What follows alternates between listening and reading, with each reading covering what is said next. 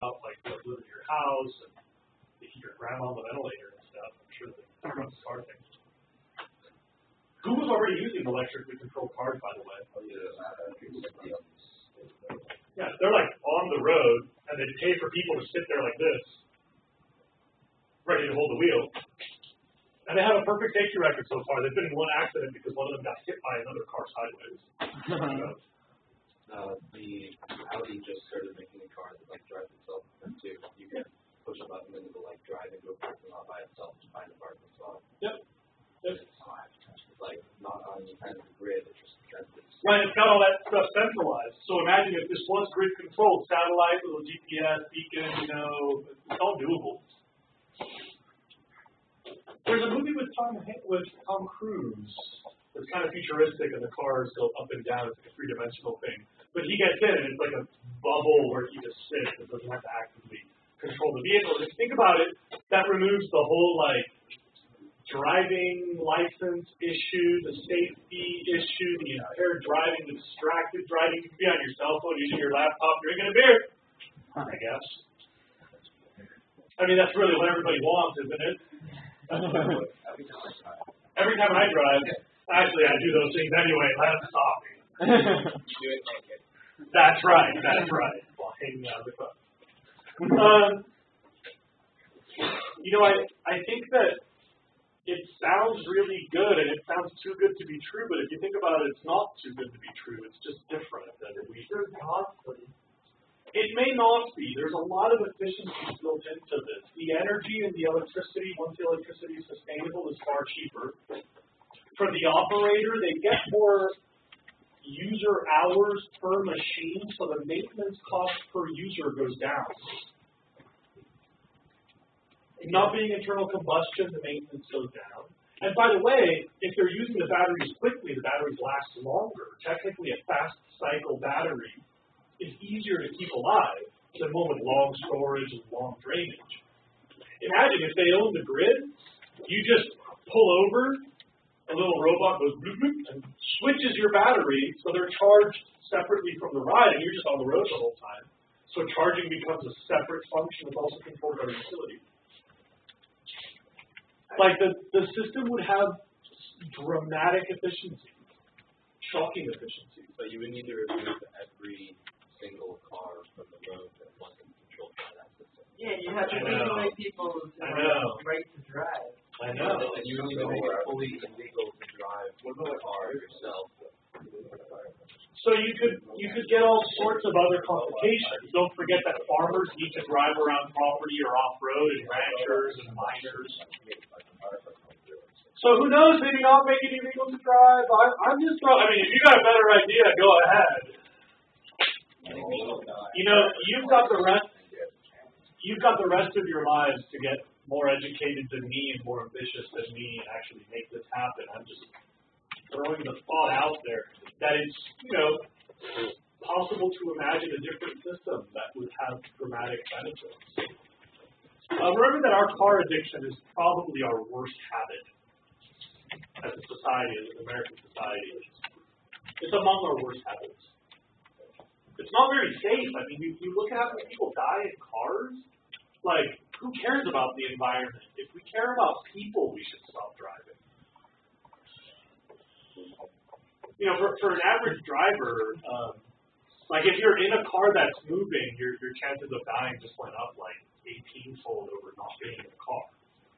The numbers are pretty staggering. And don't quote me on the 18, but look it up and correct me if you want. Yeah. Would it work if like each family had one of these cars? Sure, but wouldn't it work great if the family could use as many cars as they wanted and didn't have to own one? Yeah, but then that way it'd be like it wouldn't be like giving up their right to. Oh, right.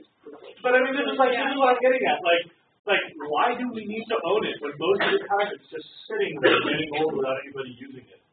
Like, because I know that's my point. Like, we can't do this system without having it.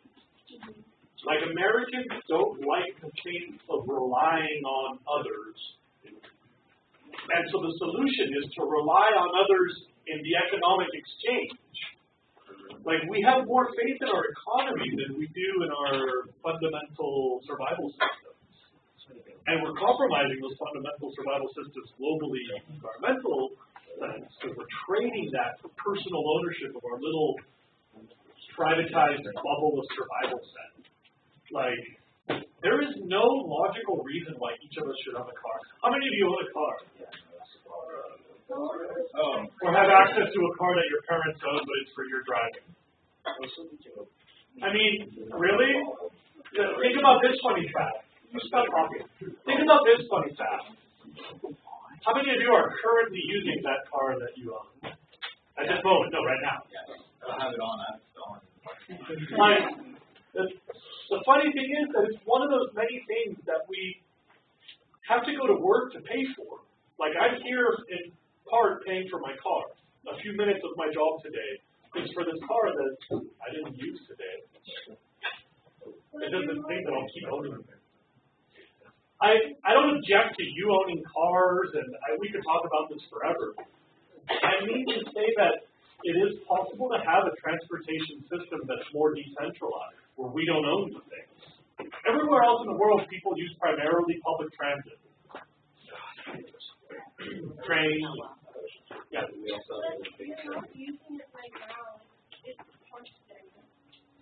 Society bears the cost of that parking lot, and I bear the cost of that device.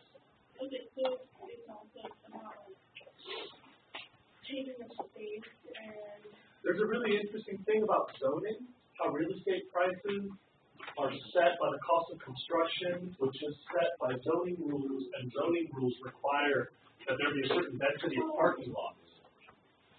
All real estate, all construction, and all property would be cheaper. And we could more than double our public land if we didn't need the parking lots. Like, parking lots are just a problem for surface water, they're a problem for groundwater, they're a problem for migratory birds. Hold on. They're a problem for habitat. They have no benefit aside from the fact it gives us a place to leave that device that we're not using. Like, I know that cars are great. I own a car. I get it. But I need to say that it may be possible to consider an alternative. Yeah. In your car business, so do you have different size cars? So say if you're a single or a family of four. Yeah. Yes. Places that are already doing this, like I know colleges, like a lot of universities have like a to-go cars. Right. Like for 2 hours. Yeah, in the Bay Area, you can get these like car shares, where you and another person on the other side of your commute will swap the car on the off hours, so you just own one half of the car. And so, if I know that our commutes cancel each other out. Yeah, and like in France, like you can rent Teslas. There's like parking everywhere.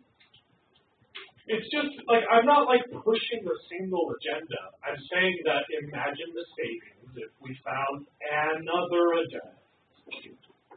So depending on the urban layout, the whole bike share thing, which is like way better than the car share thing because it's zero carbon emissions, works really well. I think Minneapolis and Paris, and I can't think. One of the first in the United States was in Alta Vista. Started by a couple friends of mine, and my friend Arthur Kennedy still has one of the original yellow bikes with a black electrical tape. Yeah. You were talking about the airplane companies doing this. Would they be flying or hovering? No, I just mentioned it. It's that model, the idea that they own the device that you pay for access. And that if you could choose, would you want to be like, I guess because there are already streets and yeah, it seems like the easiest way to go. Flying cars is a separate set of issues. Do I have an Aaron graph? I didn't read it. I'm sorry. I want to put Where? Yeah. I take my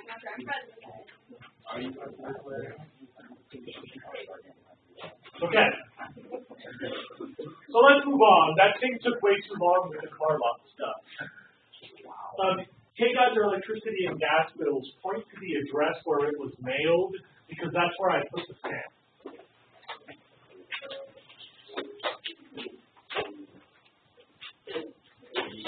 refresh should be on there.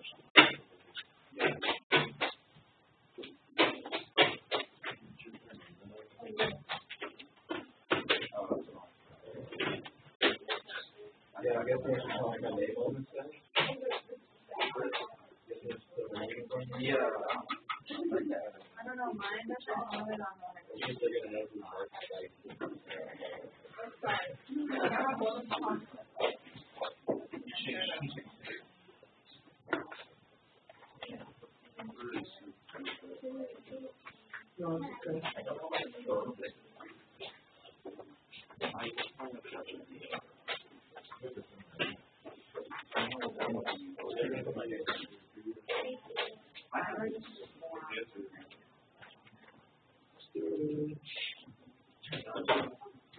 I know you're all like, you're gonna reject it. You can go view the bill online.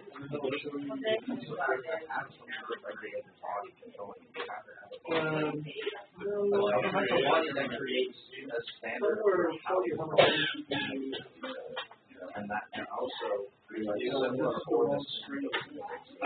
get mine online, so I know that it's also can't do it. Make sure that they're all good.